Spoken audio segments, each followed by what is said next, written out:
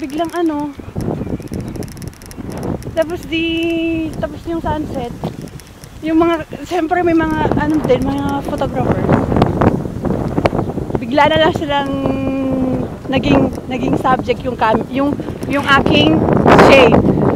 Kasi di ba nagre-reflect yung tao.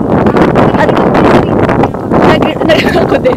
Nagre-reflect yung sun sa aking shade. Tapos yung ang bilis nilang nakakaisip na ng kanilang subject. Oo, na nakikita nila agad yung maganda.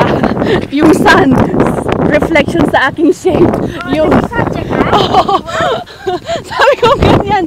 Tapos yung isang photographer na yun, tapos sinabi rin niya sa mga ibang kasama niyang photographer kasi yung shade ko nga daw. Nakikita yung araw. Di yun. Tapos nakita nila yung iPad ko. Natutuwa sila. Tapos, kaya yung video na yun. mga pictures eh. Kasi nagpa-flash. Sabi ko nga, saan ko kaya sila makikita? Kahit yung picture lang ng Ray-Ban ko, makita ko. Kasi, tara. Hirap sa atin yung phone.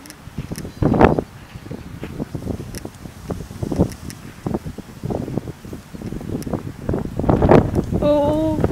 Ay. Ano? Ayan na. Wala na.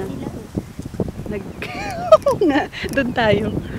Wala na. Kailangan mo na siyang doon pa ate. Meron tayong space. Tara sa sand.